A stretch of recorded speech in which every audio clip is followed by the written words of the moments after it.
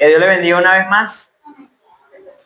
Gracias a Dios por permitirme estar acá, delante de su pueblo. Me encanta que de una u otra forma, yo no sé cómo sucede, sino para que a veces los temas vayan un poquito alineados, inclusive los cánticos, porque a que no saben cómo se llama o cómo más o menos por dónde va la línea de mi predicación. Del profundo amor. Sí, vamos a hablar mucho de ese tema. Entonces, bueno, orar. Señor, gracias por esta tarde. Bendito eres, bendito es tu nombre. Gracias por mis hermanos, gracias por la sopa que nos comimos, porque hemos podido compartir, hablar, aprender. Y bueno, Señor, aquí estamos para seguir aprendiendo. En el nombre de Cristo Jesús. Amén y amén. ¿Quién me dice dónde estamos? Vamos a ver. No, pero el libro, por lo menos, para empezar por ahí. Segunda de Juan, ok.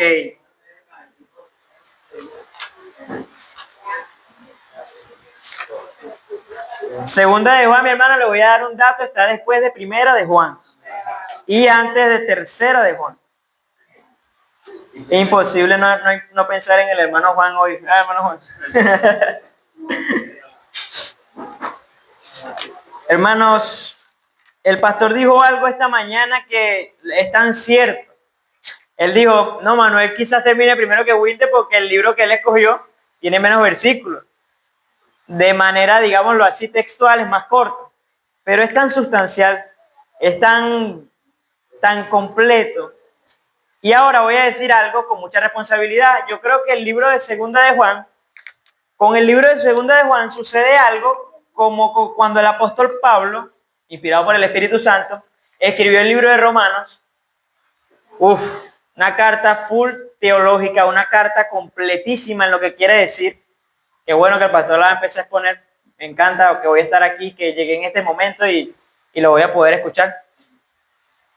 Gálatas pareciera que fuera una hija de Romano en cierto sentido, porque a veces toca los mismos puntos, pero Gálatas tiene 5 capítulos y es muy directo en cuanto a lo que está diciendo, que es la justificación por la fe, no ganarse la salvación con las obras, que era lo que estaba pasando en Galacia, estaban los judaizantes.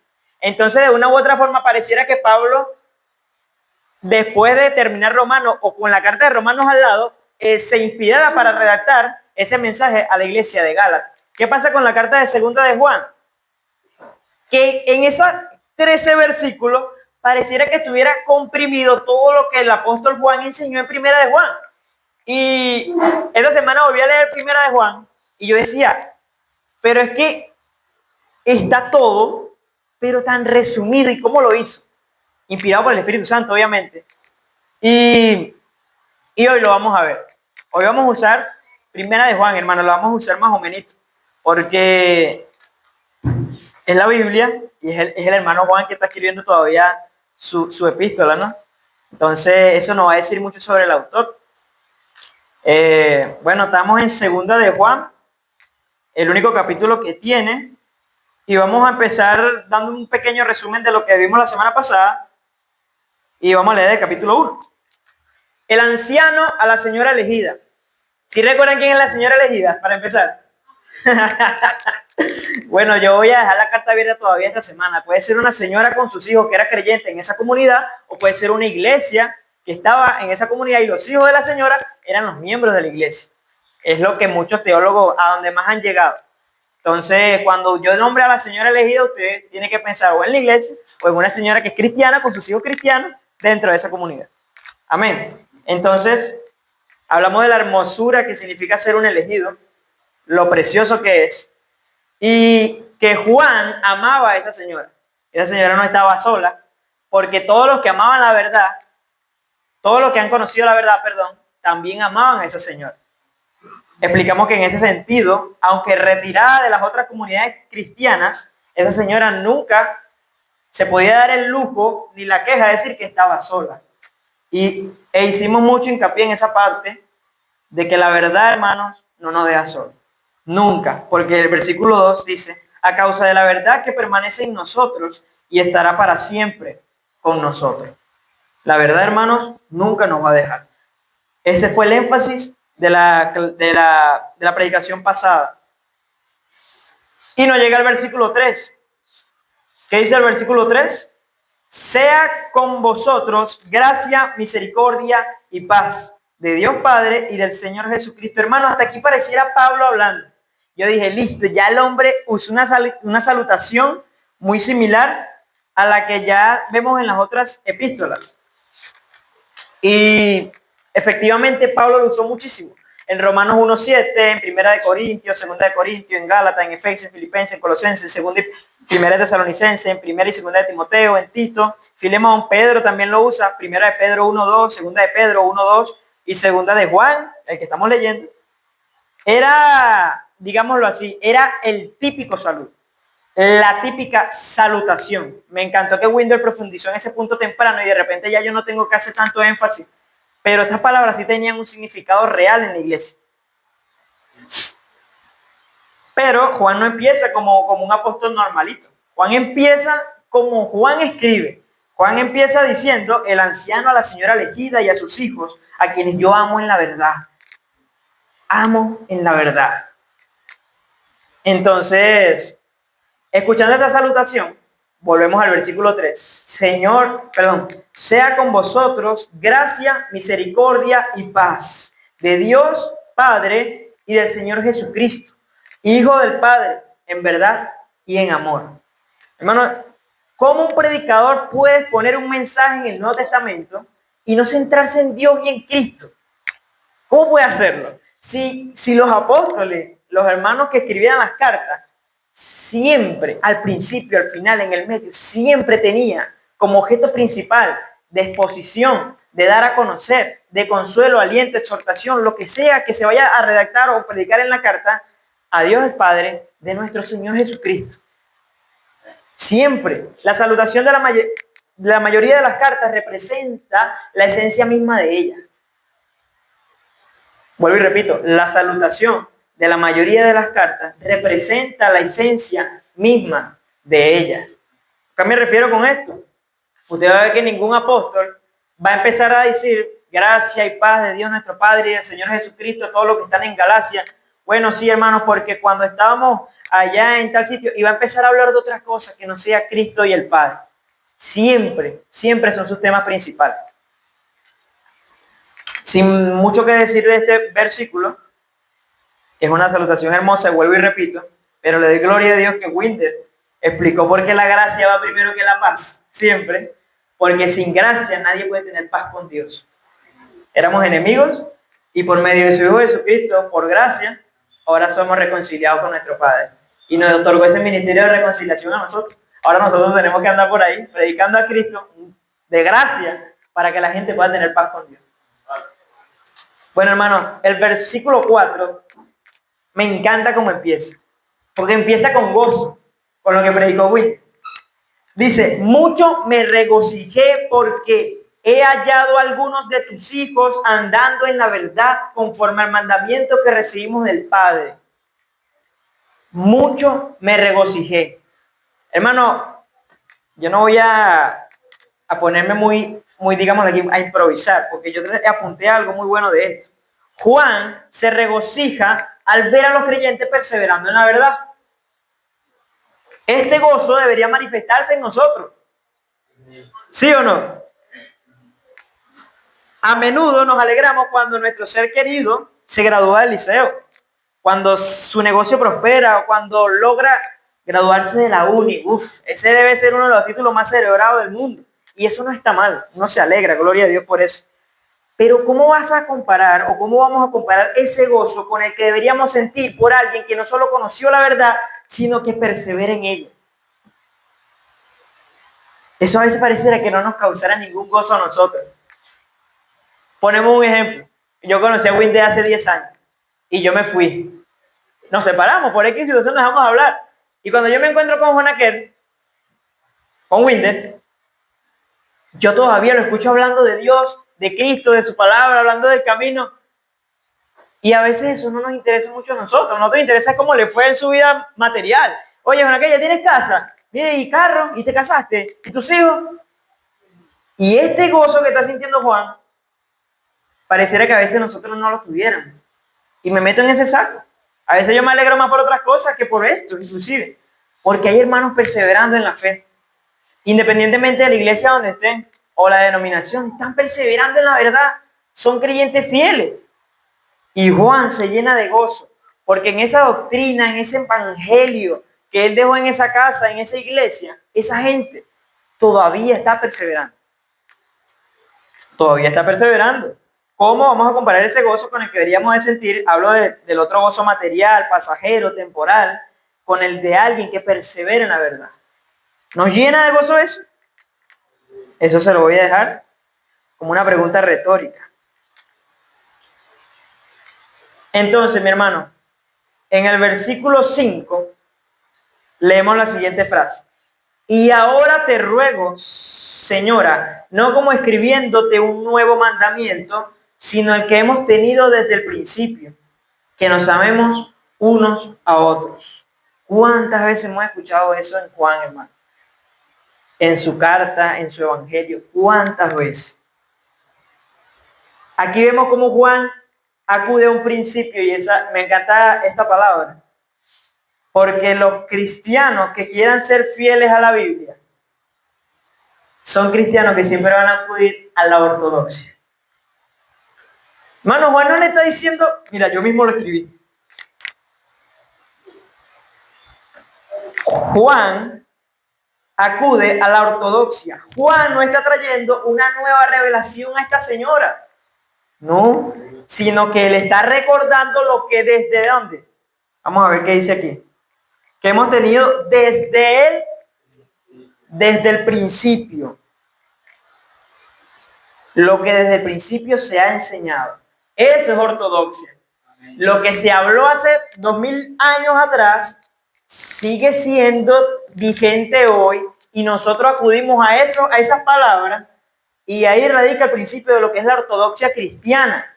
Ahora, pero Juan no está acudiendo a él está acudiendo más atrás y después vamos a ver eso. ¿Saben por qué? Es muy importante aclarar esto. Porque esto se opone a lo que le encantaba a los atenienses.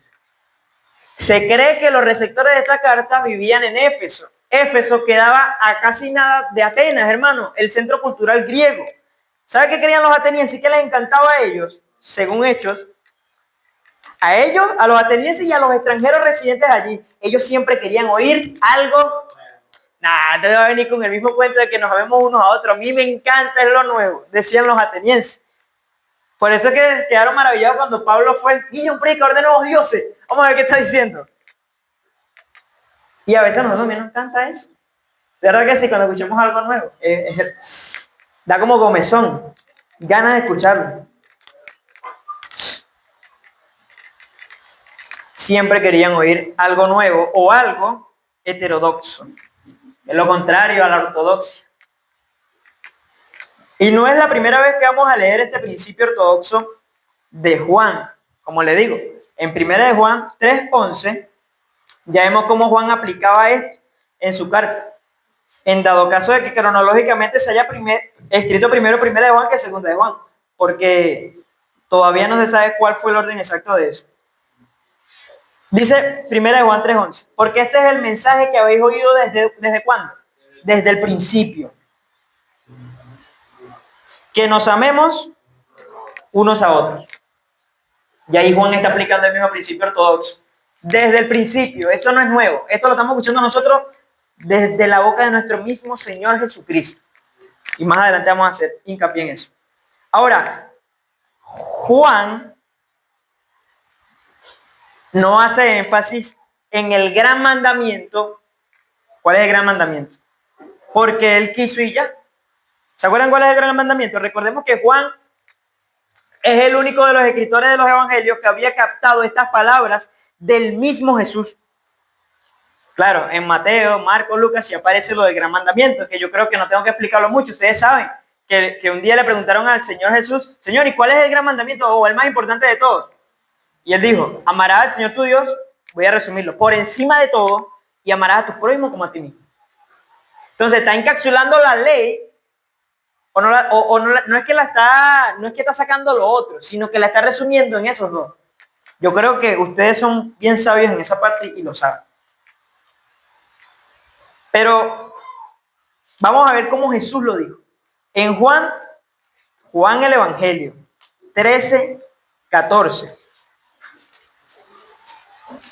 A mí me encanta citar cuando es el Señor Jesús, no sé por qué siento como que todavía es más terrible, porque son sus palabras, hermano. 13:34, disculpe. Berro, creo que me equivoqué. Es que estoy en Juan 3. Dios mío, Padre, ayuda. Ajá, sí. Juan 13:34. Un mandamiento nuevo os doy, que os améis unos a otros como yo os he amado, que también se amen unos a otros. Es increíble que Jesús dice que ese mandamiento es nuevo, cuando en Levítico ya no mandaba el mal al prójimo. Ahora, hay un sentido en el que el mandamiento es nuevo. Juan 15:12 dice, este es mi mandamiento, que os améis unos a otros, y aquí me encanta, como yo los he amado. Ese estilo de amor, hermano, no era conocido hasta que Cristo bajó a la tierra. Hasta que Cristo se hizo carne. Vino en forma de hombre. Nunca iba a escuchar de la voz de Dios en ese sentido tan literal. Como yo los he amado, ustedes ámense los unos a los otros. Porque Jesús recientemente había lavado los pies de sus discípulos, había dado un ejemplo de servicio, y entonces después está diciendo, como yo los he amado. Y eso que todavía no había muerto. Qué grande. Juan 15:12 dice, este es mi mandamiento, que os améis unos a otros como yo os he amado. Y el 17 de ese mismo versículo dice, esto os mando, que se amen unos a otros. Si se dan cuenta que Juan es el único de los evangelistas que recaptó estas palabras de Jesús. Eso sí no lo vamos a encontrar en Mateo, Marco y Lucas de esta forma. Ese lenguaje de amor, de entrega, enfático, repetitivo. Pero entonces surge una pregunta, que el mismo Juan, hermano, tan pedagógico, de forma tan sencilla, él la responde. ¿Cómo nos amamos unos a otros? ¿Cómo se come eso? Versículo 5. Y ahora te ruego, Señora, no como escribiéndote un nuevo mandamiento, sino como el que hemos tenido desde el principio, que nos amemos unos a otros. Versículo 6. Y este es el amor, que andemos según sus mandamientos. Wow, Juan, ahora Juan nos va a poner a patinar aquí a todito. ¿Saben por qué? Porque los mandamientos. Ahora hay que ir a la Torá para saber y recordar cuáles eran esos mandamientos. ¿Será que la señora y sus hijos poseían la Torá? Mano, ¿usted sabe lo caro que era tener un libro en el siglo I? Ese papiro costaba dinero. ¿Ya? Los letrados, los que no eran analfabetos, tenían con qué comprar. ¿Será que tenemos que ir al Antiguo Testamento para entender lo de los mandamientos? No, hermanos. Juan mismo nos dice cómo es andar en el mandamiento. ¿Qué dice Juan? Y este es el mandamiento, que andes en amor. ¿Vieron cómo los conceptos se retroalimentan? Él dice, ámense unos a otros. ¿Cómo es andar en amor? Andando en los mandamientos. ¿Y cómo se anda en los mandamientos? Andando en amor. Qué sencillo lo hace Juan. Qué pedagógico, vuelvo y repito. Porque pareciera que esta palabra no tuviera una profundidad teológica, así como dice Levítico, como Moisés, cuando esto, que los profetas. Él está diciendo, anden en amor. ¿Cómo es andar en amor? Andemos según sus mandamientos. ¿Y cómo es andar en los mandamientos? Hermano, los mandamientos es que andes en amor. Como ustedes han oído desde el principio. Juan nunca está siendo heterodoxo, nunca está revolucionando un mensaje nuevo. Le está diciendo, señora, y a tus hijos, epa, aquí hay algo nuevo para ti. Cómete esto, mira, está fresco. No. Juan le está recordando a la señora lo que desde el principio se les ha dicho. Primero vemos cómo Juan acude a la ortodoxia cristiana fundamental. Y ahora nos complementa con el principio de ortopraxia, esencial del cristianismo.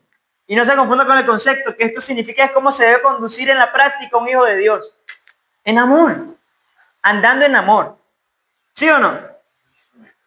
Voy a repetir eso, para que usted lo dijera. Primero vemos cómo Juan acude a la ortodoxia. Desde el principio se dijo, no es nuevo. Cristiana fundamental. Y ahora nos complementa con el principio de ortopraxia esencial del cristianismo. En su esencia, la práctica que tiene que tener un hijo de Dios es andando en amor. Y después más adelante vamos a ver que eso no significa estar abriéndole la puerta a todo el mundo. Hermoso, hermoso este libro. Ok. Juan hace el mismo resumen de los mandamientos que hizo el Señor Jesús cuando le preguntaron cuál es el gran mandamiento. Amar a Dios por encima de todo y a tu prójimo como a ti mismo. Ya hablamos de esto. Pero esto es algo que se da por hecho. ¿Sí o no? O usted le pregunta cuál es el gran mandamiento. Hermano, hay que amar al prójimo y amar a Dios. Eso no lo sabemos de memoria, como el abecedario. ¿Sí o no? ¿Quién no se sabe eso? ¿Para qué Juan está recordando esto? Yo no entiendo. Pero vamos a entender. Esto lo conocía la señora receptora de la carta y sus hijos. No andaban en verdad, pues. Juan estaba feliz porque esa gente estaba perseverando. ¿Sí o no? Estaba gozoso. No los estaba regañando y él estaba contento. Pues esta gente anda en la verdad. Pero ¿por qué Juan les recuerda los principios básicos de la ortodoxia cristiana? ¿Por qué? Porque cierto grupo de personas para nada ortodoxos estaban enseñando algo nuevo. Versículo 7. Porque muchos engañadores, y fíjense que está diciendo porque Juan está recordando los mandamientos, la ortodoxia cristiana, porque el versículo 7 nos va a revelar el por qué. Porque muchos engañadores han salido por el mundo que no confiesan que Jesucristo ha venido en carne. Todas las versiones dicen así, ha venido en carne. Quien esto hace es el engañador y el anticristo. Uf. Ahora, yo hablé un poquito del docetismo en la clase pasada, que era una secta que decía que Jesucristo en el siglo I no se había encarnado realmente, sino que parecía que se había encarnado, que era como una especie de fantasma, que él no murió porque no era hombre, sino que todo pareció ser. Eso es lo que significa la palabra dokeos en griego, parecer o aparentar. Es claro que el docetismo fue influenciado en gran manera por el gnosticismo griego, que parte de su creencia pregonaba que existe un dualismo radical. ¿Esto qué quiere decir?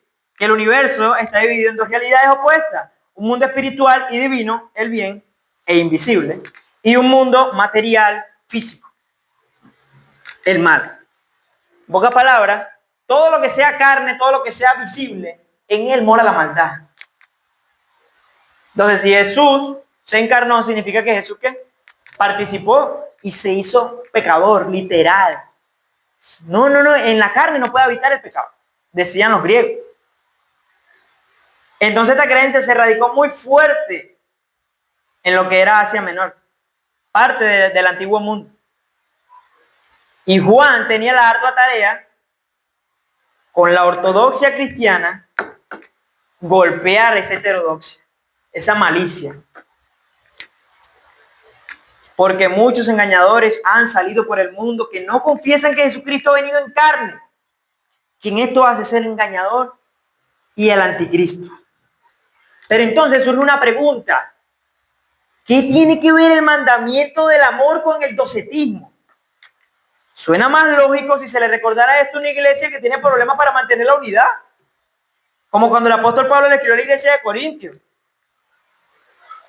Los bellos de Corintios, siempre los recuerdo porque hay tantos ejemplos ahí en esa carta. Es más coherente que estas palabras estuvieran dirigidas a una iglesia que tuviera problemas en andar en la verdad pero es que los hijos de esa señora andaban en la verdad, eran fieles. Y el problema de esta comunidad pareciera ser que había un grupo numeroso de falsos maestros diciendo que Jesús no había venido en carne. Pero ¿por qué el amor? ¿Por qué Juan empieza a hablar del amor? O sea, vamos a leer esto rapidito.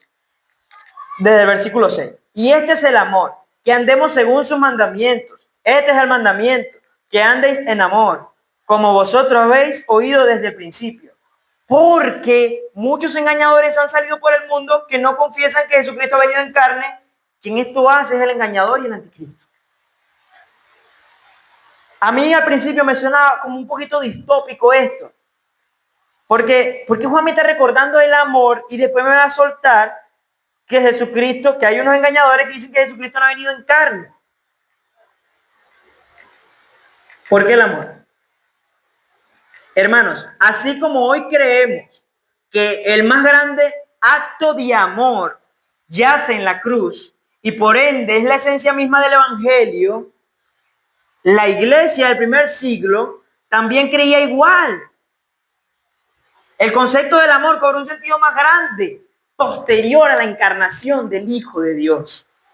Se elevó a un grado extremo, porque el acto mismo de amor había tomado forma de niño, había crecido y había sucedido todo lo que nosotros sabemos que pasó a nuestro Señor Jesucristo cuando se hizo hombre.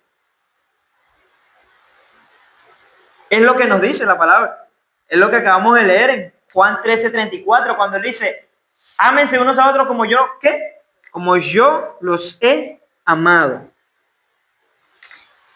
Ahora sí vamos a ir a primera de Juan, para que usted entienda un poco más por qué Juan habla del amor en la misma línea que está hablando del problema del docetismo, que son la gente que está diciendo que Jesucristo no ha venido en carne. Fíjense cómo lo trata en primera de Juan. En primera de Juan 3:16, este no es Juan 3:16, este es primera de Juan 3:16. A lo mejor se lo aprenden rápido por eso. En esto hemos conocido el amor, en que Él puso su vida por nosotros. También nosotros debemos poner nuestras vidas por los hermanos. Ahora, si usted tiene la Reina Valera, el subtítulo del capítulo 4 va a decir el Espíritu de Dios y el Espíritu del Anticristo, ¿verdad? Entonces Juan va a dar, voy a leerlo rápido. Amados, no creas a todo espíritu, sino probad los espíritus si son de Dios, porque muchos falsos profetas han salido por el mundo. En esto conoced el Espíritu de Dios. Todo espíritu que confiesa que Jesucristo ha venido en carne es de Dios. Y todo espíritu que no confiesa a Jesucristo, que Jesucristo ha venido en carne, no es de Dios. Y este es el espíritu del anticristo, el cual ustedes habéis oído que viene y ahora ya está en el mundo. Hablamos de que ese problema estaba fuertemente arraigado en esas comunidades. Pero si vieron como una especie de sándwich aquí, vieron que en 1 Juan 3:17, 1 Juan 3:16 está hablando, describiendo la esencia misma del amor, que es que Cristo se dio por nosotros.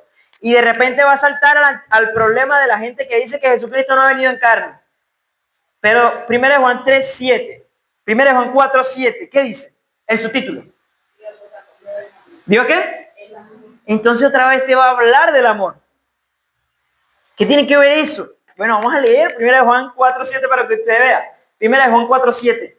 Amados, amémonos unos a otros porque el amor es de Dios, perdón. Todo aquel que ama es nacido de Dios y conoce a Dios. El que no ama no ha conocido a Dios porque Dios es amor. En esto se mostró el amor de Dios para con nosotros, en que envió a su Hijo unigénito al mundo para que vivamos por Él. En esto consiste el amor. Fíjense lo que es el concepto del amor para la iglesia del primer siglo.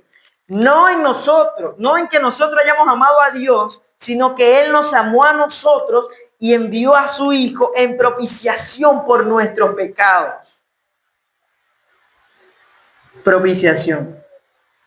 Ahora escuchen, hermanos, si Jesús no se encarnó, como decían los docetistas, si Jesús no se encarnó, sino que aparentó encarnarse, entonces la pasión, muerte y resurrección de Jesús fue el show más grande que nadie ha podido organizar jamás. Mano, no nos engañó. Si fue así, como los docetistas lo creían, fue un tremendo show. Porque pareció encarnarse, mas nunca se encarnó. Significa que no murió, no sufrió. Y la resurrección, ¿y qué? Todo eso que fue una pantomima. Si creemos lo que decían los docetistas. Entonces, como Jesús nunca sufrió realmente, entonces realmente nunca nos amó. Mano, qué malo. Si alguien hizo eso así, ¿sabes? Si Jesús aparentó encarnarse y aparentó sufrir porque supuestamente nos amaba, en realidad no nos amó. Todo fue un show entonces. Y si Él no nos amó realmente, porque yo tengo que amar a mi prójimo de manera real. No hay ejemplo, no hay moral para decirlo. Estoy reduciendo a lo absurdo lo que es el docetismo. ¿Y cómo era esto de peligroso? Ahora puede ver lo peligroso de creer tan siquiera un poco en la doctrina como el docetismo. Por eso Juan más adelante le dice a la señora y a sus hijos que ni siquiera lo saluden a esa gente. No vayan a abusar de su hospitalidad. Porque esa doctrina es perversa y corrompe. Esta doctrina no tiene otro fin, no tenía en aquel tiempo, y ahorita si alguien lo viene profesando es lo mismo, sino de destruir por completo la ortodoxia y la ortopraxia cristiana. Lo hacía. Por eso Juan, hermano, en el versículo 8 de la carta que estamos leyendo y estudiando, hace una advertencia y le dice a la señora y a sus hijos, miren por ustedes mismos, para que no se pierda el trabajo que hemos logrado en ustedes. Así es como lo quiere decir otra traducción de la Biblia de las Américas. Y no pierdan su recompensa. Hermano, Jesús verdaderamente se hizo carne y fue por nosotros. Por la señora elegida y sus hijos y por todo lo que desde el principio hasta hoy han conocido la verdad. ¿Y cuál es esta verdad? Que Jesucristo ha venido en carne. Si vino, no fingió nada. Cada latigazo le dolió, cada clavo, la traición de Judas, todo. Sufrió como hombre. Vino en carne, así como defendemos la deidad, Juan ahora está defendiendo la humanidad de Cristo. Cristo era Dios, sí, pero Juan está diciendo también era hombre. Y aquí vemos la potencia del amor de Dios. Yo sé que Winde va a hablar de esto más adelante, pero Jesús no escatimó o no se aferró el hecho de ser igual a Dios para no rebajarse a lo que él, hasta la humillación que él aguantó. No, él lo hizo verdaderamente como hombre. Prefiero escuchar un mensaje, quizás no tan eufórico, no con un convencimiento atrevido o demagogia, pero que se centre en Cristo y su obra. Que un mensaje atractivo al oído, que me lleve a perder mi recompensa. Es lo que Juan está diciendo. Versículo 8, mire por ustedes mismos, para que no pierdas el fruto de su trabajo, sino que recibas galardón completo. Hay una recompensa. Vivamos en este amor de Cristo. Permanezcamos en Él, ya que esto es lo que nos distingue como discípulos de Cristo. ¿Se acuerdan? Y en esto conocerán que son mis discípulos. ¿En qué? En que se amen los unos a los otros. Eso es lo que nos distingue como discípulos de Cristo. No en la capacidad de nuestro conocimiento, sino en que nos amamos unos a otros, como Cristo realmente nos amó y nos sigue amando. ¿Tú crees en ese Cristo, hermano, que se encarnó realmente, que verdaderamente sufrió, padeció y resucitó? Como dijo Winde, volverá por segunda vez. Pues la iglesia siempre lo ha creído así, hermano. Siempre. Siempre han tenido en cuenta que no fue una mentira. que fue algo real. Si se olvidaban en aquel tiempo que eso acaba de pasar, hace unos añitos después de Cristo que Juan escribió esta carta, si ya se estaba introduciendo esta doctrina falsa, se podrá imaginar ahorita. Quizás ahorita intelectualmente no, pero quizás sí lo damos por sentado en el sentido de la entrega y lo que significó que el Hijo de Dios, sin pecado, padeció de una manera tan perversa. Realmente. No de manera docetista, no de manera aparente. Y si Él lo hizo, ¿por qué nosotros no vamos a amar los unos a los otros como Él nos amó? A veces cuesta. A veces nos cuesta amar a las personas que no nos caen muy bien. O los hermanos que de repente tenemos diferencia. Pero el mandamiento es ese. El mandamiento es que nos amemos. Y velemos por ese mandamiento. Nos amemos y andemos en eso. Para que no perdamos nuestra recompensa. Que Satanás siempre quiere robar eso del corazón del creyente. Ese gozo. Ese amor que representa servir a Cristo. Gracias, Señor, por este mensaje. Gracias por mis hermanos.